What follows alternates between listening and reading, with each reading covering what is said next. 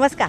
जनता दरबारामध्ये आपल्या सर्वांचं हार्दिक स्वागत. निरनिराळ्या सकारात्मक प्रयत्नांची माहिती आपण आपल्या या जनता दरबारमधून करून घेत आहोत आणि ज्याचा उत्तम प्रतिसाद आम्हाला मिळते त्याचे तसे दाखलेही आमच्यापर्यंत पोहोचते. म्हणजे असं की आपण आपल्या कार्यक्रमातून जी निरनिराळी स्थळं म्हणा किंवा जे सकारात्मक प्रयत्न दाखवलेले आहेत ना, हे सगळे बघण्यासाठी तिथे अगदी परराज्यातून सुद्धा असंख्य जण जात आहेत आणि हे सारे जण आम्ही जनता दरबार बघून तुमच्याकडे आलेले आहोत असंही संबंधितांना सांगत आहेत. संबंधितांनीही आपल्याकडे अशा प्रकारची माहिती किंवा डाटा आपल्यापर्यंत पोचवलेला आहे. मंडळी, आपला हा जनता दरबार आहे ना, हा सत्यस्थिती किंवा वस्तुस्थिती मांडणारा असाच हा कार्यक्रम आहे. याचा मागचा उद्देश एकच आहे की हे सगळे कार्यक्रम बघून आपल्यालाही प्रेरणा मिळावी आणि आपलेही प्रयत्न जे आहेत ना ते यशस्वी व्हावेत, हाच त्यामागचा उद्देश आहे. मंडळी, त्यातूनच आज आपण प्रचंड विश्वासार्हता कमवलेली आहे आणि त्यातूनच आपली प्रेक्षक संख्या सुद्धा अफाट झालेली आहे. म्हणूनच प्रत्येक वेळेला जनता दरबार सुरू करताना तुम्ही तुमच्या शब्दातून काहीतरी चांगला विचार जनतेला द्या, अशा प्रकारची सूचना अगदी शासकीय पातळीवरून सुद्धा आमच्यापर्यंत पोचलेली आहे. त्यातूनच आपल्या सगळ्यांचं भलं व्हावं हीच आमच्या सर्वांची मनोकामना आहे. ह्या जगामध्ये आपण जो काय जन्म घेतलेला आहे ना, तो यशस्वी व्हायला पाहिजे, सार्थकी लागायला पाहिजे. म्हणूनच ह्या जगात आल्यानंतर असं काहीतरी चांगलं करून जाऊया की आपल्या सगळ्यांचंच नाव ह्या जगामध्ये राहील. हा जन्म पुन्हा येणे नाही, तेव्हा या जगामध्ये प्रत्येक क्षण किंवा प्रत्येक दिवस आपण आनंदात जगूया, एकमेकाला आपण मदत करूया. हेवे दावे, राग, लोभ, द्वेष, मद, मत्सर हे जे सारं आहे ना, याचा काहीही उपयोग होत नसतो. उलट हे सगळं केल्यामुळे आपल्या शरीरातली ऊर्जा कमी होते. पण जर का आपण सुखाने राहिलं, आपण हसत राहिलं, चांगलं काहीतरी केलं ना, तर एक प्रकारची ऊर्जा आपल्या सगळ्यांना मिळत असते. त्यासाठी एकमेकांना मदत करूया, चांगले विचार आचार करूया, काहीतरी सकारात्मक घडूया. त्यासाठी जनता दरबारमध्ये सामील होऊया. त्यासाठीच तुमचा आमचा सर्वांचा जनता दरबार. जनता दरबारमधला आपला आजचा विषयही खूप चांगला आहे, तुम्हाला सगळ्यांना आवडेल असाच आहे. आपला आजचा विषय खूप प्रेरणादायी किंवा स्फूर्तिदायी असाच आहे. नीटपणे लक्ष देऊन आपण हा आपला आजचा भाग बघण्याची आवश्यकता आहे. मंडळी, आज आपण जाणून घेणार आहोत जलप्राप्तीविषयी. वर्षानुवर्ष दुष्काळग्रस्त असलेल्या भागामध्ये ह्या वैशाख वणव्यामध्ये सुद्धा जे जलसाठे निर्माण करण्यात आलेले आहेत ना, ते आपण आजच्या भागामध्ये जाणून घेणार आहोत. त्याचबरोबर कोरड्या ठाक पडलेल्या ओढ्यांमध्ये ह्या वैशाखामध्ये सुद्धा खेळणारं पाणी आज आपण जाणून घेणार आहोत.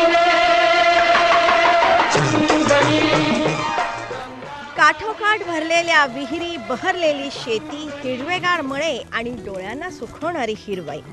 मी जे काही हे वर्णन करते ना, हे अक्षरशः खोटं वाटण्याची शक्यता आहे. पण मंडळी, अगदी मागच्याच आठवड्यामध्ये आम्ही पुरंदर तालुक्यातल्या दुष्काळी पट्ट्यामधल्या काही गावांना भेटी दिल्या होत्या. तिथली काही गावं बघितली, गावकऱ्यांचे विचार जाणून घेतले, गावकऱ्यांची एकी बघितली, त्यांचं बदललेलं राहणीमान बघितलं, जीन्स घातलेले फरड इंग्रजी बोलणारे आधुनिक तरुण शेतकरी बघितले, एक प्रकारची जिद्द, आत्मविश्वास, स्वावलंबन बघितलं आणि पूर्वापारचे आपले संस्कारही बघितले. आणि मग जाणवलं की आपल्या पुढच्या अनेक पिढ्या या संस्कारांच्या संचितावर निर्धास्तपणे जगतील. परींचे गावात घेतलं ठाण, भैरवनाथ आहे काशीचा, डवर वाजविला नाथाचा. हे गाव आहे पुरंदर तालुक्यातलं परींचे. 2,500 ते 3,000 लोकवस्तीचे हे गाव आहे. पूर्वी ह्या गावामध्ये विड्याच्या पानांचे खूप मळे होते, कारण तेव्हा इथे मुबलक पाणी होतं. गावाच्या भोवतालनं रुद्रगंगा ही छोटी नदी किंवा ओढा खळाळत असे. म्हणजे गावकरी सांगतात की पाय ओले केल्याशिवाय कुणीही गावात प्रवेश करूच शकत नसे.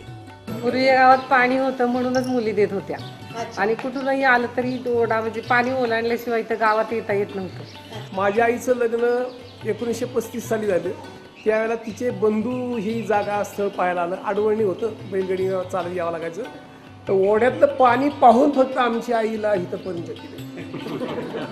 पुढे कालांतरानं पाण्याचा उपसा वाढला किंवा वारंवार दुष्काळही पडायला लागले आणि मग त्यातून इथलं पाणी आटायला लागलं, इतकं की एका वर्षी गणपती विसर्जन करण्यासाठी सुद्धा गावामध्ये पाणी नव्हतं किंवा बाकीच्या गावातली लोक ह्यांना पाणी द्यायला तयार नव्हते. एकतर पावसाचे महिने असतात जून, जुलै, ऑगस्ट, सप्टेंबर हे महत्त्वाचे 4 महिने.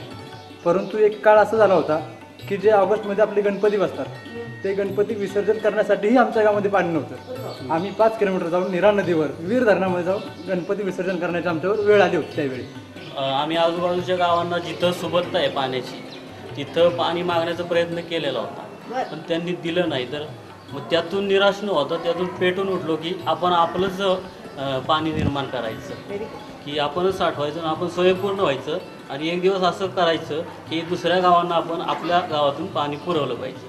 आणि मग ह्या साऱ्या गावकऱ्यांना आधार मिळाला तो यांच्याच गावच्या सुपुत्राकडून.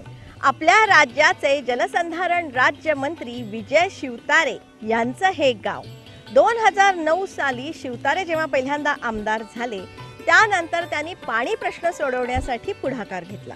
की 2009 साली मी जेव्हा पहिल्यांदा आमदार झालो, अगदी पहिली माझी लक्षवेधी ही महाराष्ट्र सरकारच्या विधानसभेमध्ये आपली ही अशा प्रकारची जी नदी, नाले, ओढे ज्या जागा उपलब्ध आहेत, आज शेतकरी 1 इंच देखील जागा देऊ शकत नाहीत. जमिनीचे भाव एवढे प्रचंड वाढले आणि म्हणून शासनाकडे असणारी जी जागा आहे, नदी, नाले, ओढे हे सगळे अतिक्रमण मुक्त करा आणि त्या जागांचा वापर मॅक्झिमम पाणी अडवा आणि पाणी जिरवा यासाठी करण्याचा प्रयत्न मी त्यावेळेस केला. राज्यात देखील मी तशी मागणी केली होती. आणि मग आपल्या साथीदारांना बरोबर घेऊन त्यांनी नदी, नाले, ओढे, बंधारे असतील, तलाव असतील या सगळ्यांच्या दुरुस्तीच्या कामांना सुरुवात केली. प्रसंगी गाळही काढायला सुरुवात केली.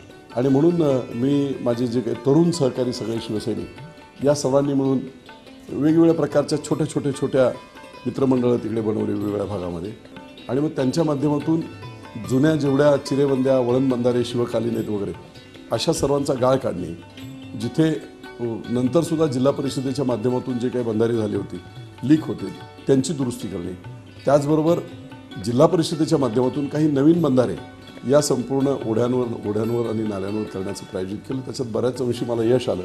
त्याबरोबरच जलसंधारणासाठी जुन्या बांधकामांची दुरुस्ती करण्यासाठीही त्यांनी पाठपुरावा केला. जुन्या जेवढ्या चिरेबंद्या, वळण बंधारे, शिवकालीन आहेत वगैरे अशा सर्वांचा गाळ काढणे, जिथे नंतरसुद्धा जिल्हा परिषदेच्या माध्यमातून जे काही बंधारे झाले होते, लीक होते, त्यांची दुरुस्ती करणे.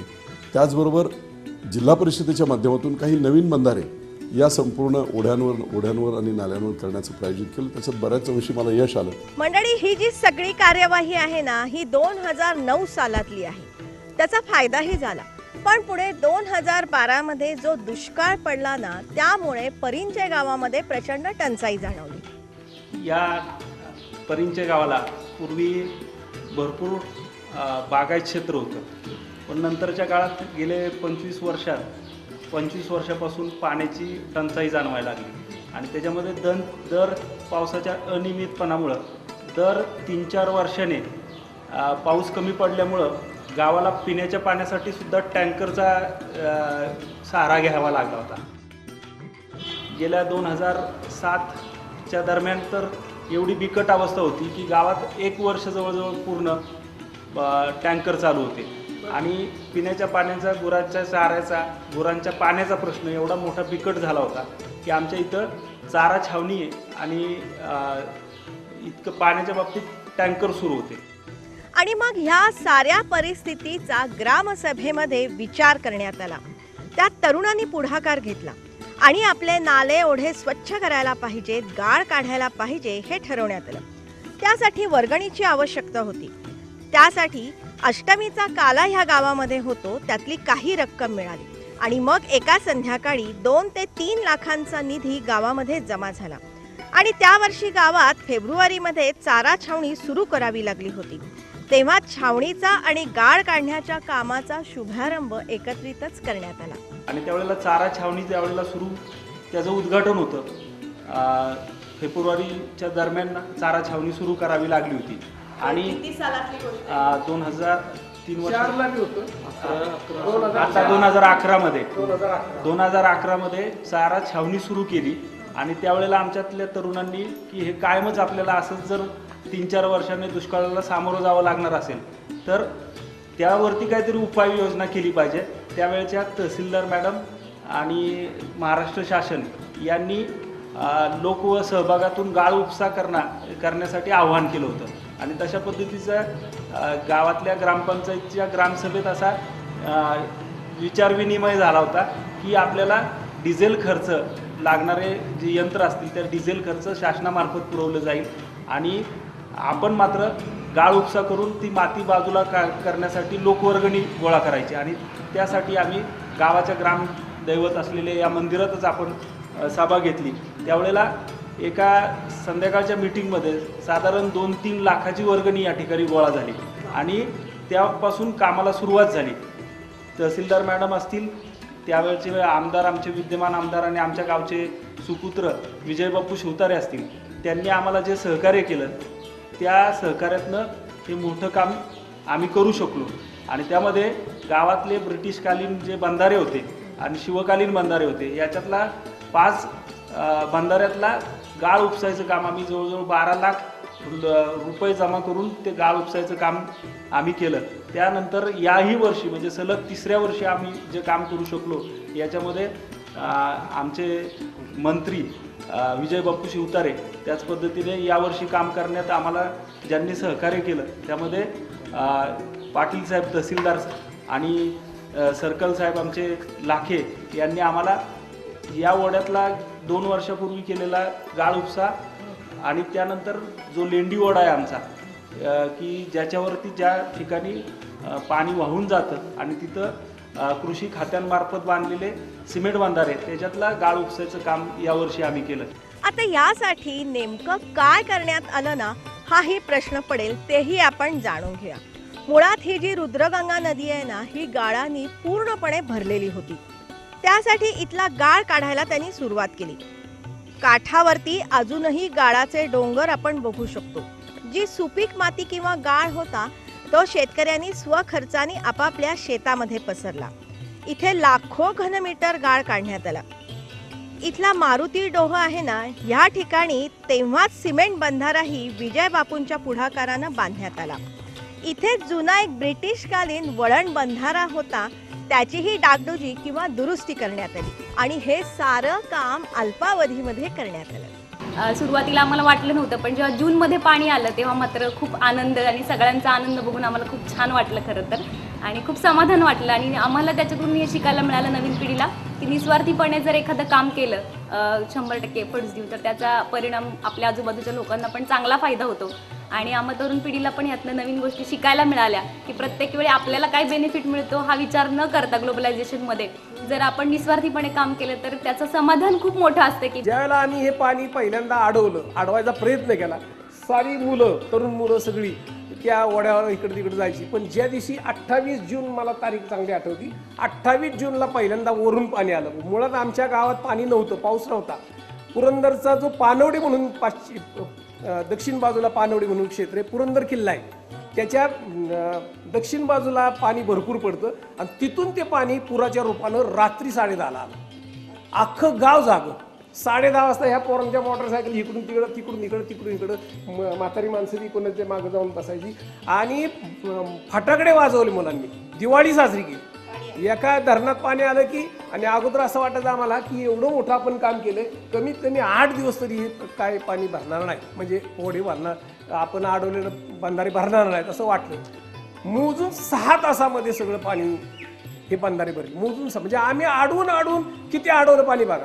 आणि असं 4 महिने ते पाणी वाहत होतं. 4 महिन्याचे तास झाले किती वाहणाऱ्या पाण्याचे. या तरुण पिढीने जेव्हा हे सगळं गाळ उपसाचं कार्यक्रम म्हणजे पूर्ण केलं हे सगळं आणि जेव्हा पहिल्या दिवशी पाणी आलं तेव्हा इतका आनंद झाला की म्हणजे खूप रडायला आलं आणि खूप महिला अशा की स्वतः ओटी घेऊन पाणी आलं म्हणून ओटी भरायला गेल्या, त्यात आम्ही सुद्धा गेलो होतो. मग त्याच्यामुळे आम्हाला खूप फायदा झाला आणि पिण्याच्या पाण्याचा प्रश्न मिटला, शेतीच्या पाण्याचा प्रश्न मिटला. इथे पाणी आल्यामुळे दुबार तिबार पेरणी तर व्हायला लागलेलीच आहे, पण त्याही पेक्षा पाण्यामुळे इथल्या तरुणांमध्ये जे वैमनस्य होतं ते पूर्णपणे मिटलेलं आहे. याचा आनंद या साऱ्या ज्येष्ठ लोकांना होतो आहे. दुष्काळाची एक प्रकारे आमच्यावर कृपाच झाली असं त्यांचं म्हणणं आहे. परिंच्याला दुष्काळ पडला ही नाथबाबाची एक कृपा आहे की त्यामुळं आम्ही सारे एक झालो. तो जर दुष्काळ नसता तर आज आम्ही एवढे एकत्र दिसलोच नसतो, एकत्र झालो नसतो. पण दुष्काळ ही पाण्याची एवढी गरज होती की आम्ही ही मुलं पहिल्यांदा त्यांच्यातलं वैमनस्य, ही जी सारी मुलं आहेत ना, ही सारी कट्टर शत्रू होती एकमेकाची. कुठेही एकमेकाचं पटत नव्हतं, एकमेकाशी बोलायचं नाही, एकामेकाच्या कार्यक्रमाला जायचं नाही. पण ह्या दुष्काळामुळे नाथबाबांनी त्यांना प्रेरणा दिली, ती मुलं एकत्र आली. आमच्या नळाला भरपूर पाणी येतं, आम्हाला पिण्याच्या पाण्याचा प्रश्न सुटला. परत काही विहिरींनाही फायदा मिळाला. पूर्वी ज्या विहिरी 2 तास चालत होत्या त्या आज 8-8 तास चालत आहेत. हां, आम्हाला ही प्रेरणा शासनाकडून मिळत आहे, लोकसहभाग वाढत आहे आणि त्यामुळे ऑटोमॅटिकली आजूबाजूच्या विहिरींना पाणी वाढलं. विहिरीच्या भोवती पाणी वाढल्यामुळं पिकाचं क्षेत्र वाढलं. शेतकऱ्यांना हा एक चांगल्या प्रकारचा फायदा झाला. ज्या छावण्या होत्या त्या आता छावण्यासुद्धा उभारण्याचा म्हणजे हा जो त्रास होता वाटप करणं इकडं तिकडं, त्यात आणि होणारे गैरमार्ग, त्याला आपोआपच त्या ठिकाणी आळा बसला गेला. आणि असं स्वतःच्या विहिरीत पाणी असल्यानंतर तो थोडा बहुत शेतीत आता तो गुजरण स्वतःचं करू लागला. संपूर्ण कृषी खातंसुद्धा आमच्या पाठीशी असल्यामुळं आम्हाला सर्व बाजूने त्या ठिकाणी गाव ग्रामस्थांना हा चांगल्या प्रकारे नाथबाबाच्या कृपेने चांगल्या पद्धतीने आम्हाला सहकार्य मिळालं आणि अशाच प्रकारचं सहकार्य पुढेही राहील. गाव असाच आमचा प्रगती पथावर जावा अशी आमची इच्छा आहे.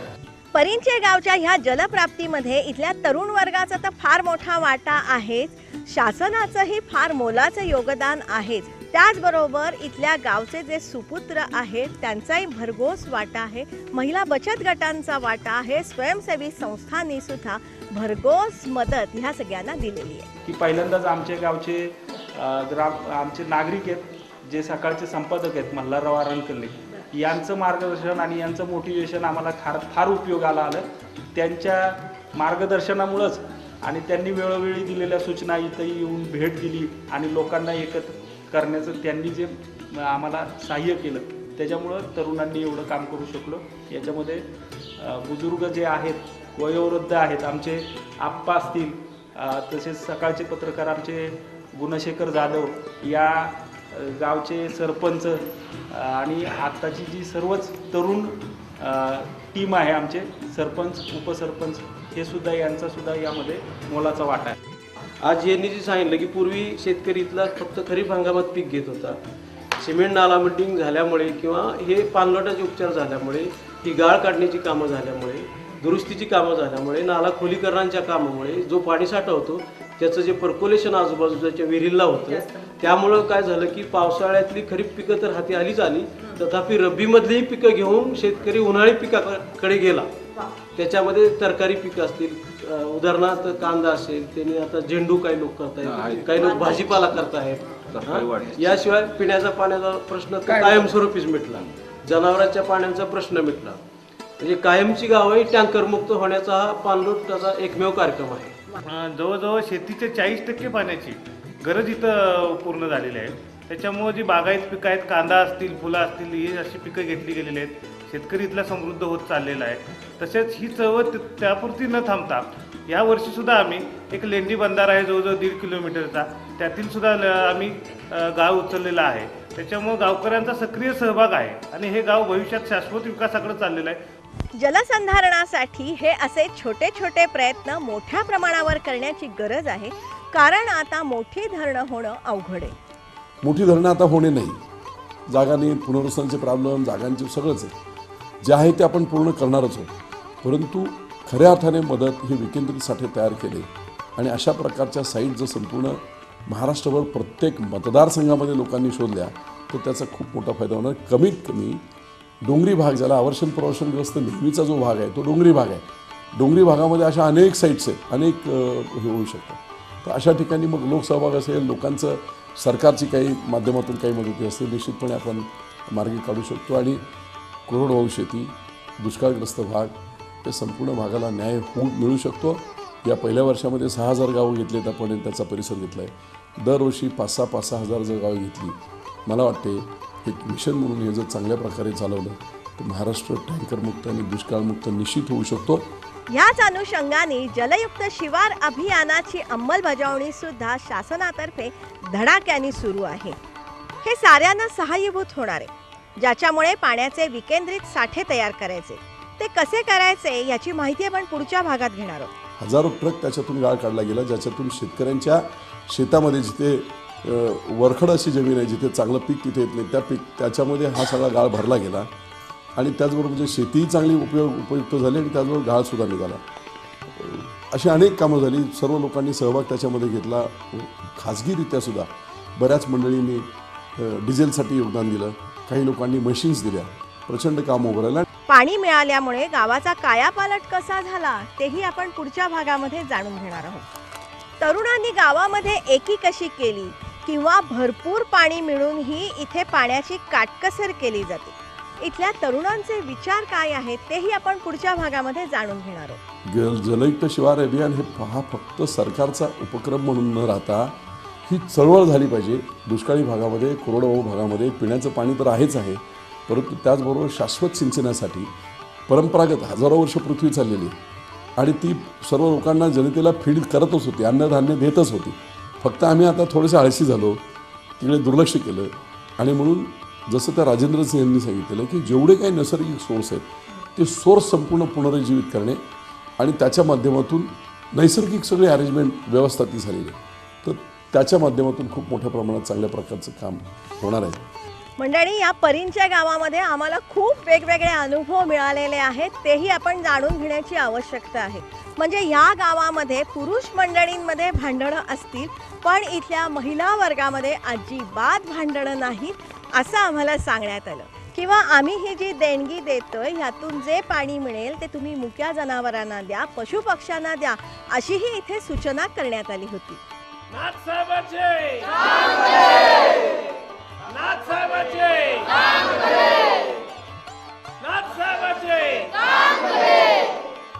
खूप वेगळं, खूप सकारात्मक, जेवढं सांगू तेवढं थोडं अशी अवस्था आमची झालेली आहे. त्यासाठी ही जी यशोगाथा आहे ना, ही आपण सगळ्यांनी जाणून घेऊया आणि जलप्राप्तीच्या कार्याला आपणही सारेजण आरंभ करूया.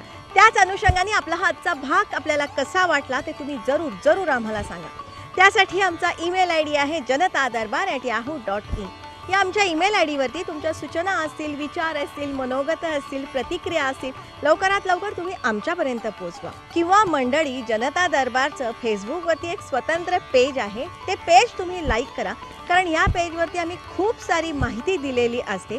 म्हणजे नेमका कुठला विषय कुठल्या वारी आम्ही तुमच्यापर्यंत पोहोचवणार आहोत ही माहिती तर आम्ही दिलेली असतेच. त्याबरोबर अनेक सकारात्मक माहिती दिलेली आहे. आमचा संपर्क नंबर किंवा पत्तासुद्धा आम्ही या पेजवरती दिलेला आहे. किंवा जनता दरबारचं आपण आता पुस्तक तयार करत आहोत, त्या पुस्तकाच्या प्रगतीविषयीही आम्ही या पेजवरती दिलेलं आहे. तुमच्याकडे काही सकारात्मक माहिती असेल तर ती तुम्ही जरूर आम्हाला या पेजवरती द्या. किंवा तुमचा काही फीडबॅक किंवा अभिप्राय असेल तर तोही तुम्ही या पेजवरती द्या. पेज तुम्ही लाईक करण्याची आवश्यकता आहे. जनता दरबारचा एक पॉझिटिव्ह ग्रुप आपण तयार केलेला आहे. तो जर का तुम्हाला जॉईन करायचा असेल तर फेसबुकवरून तशा प्रकारची रिक्वेस्ट तुम्ही आम्हाला पाठवण्याची गरज आहे. मंडळी, आपला हा जनता दरबार आता आपण यूट्यूबवरूनही बघू शकतो. जवळपास 125 एपिसोड आम्ही यूट्यूबवरती अपलोड केलेले आहेत.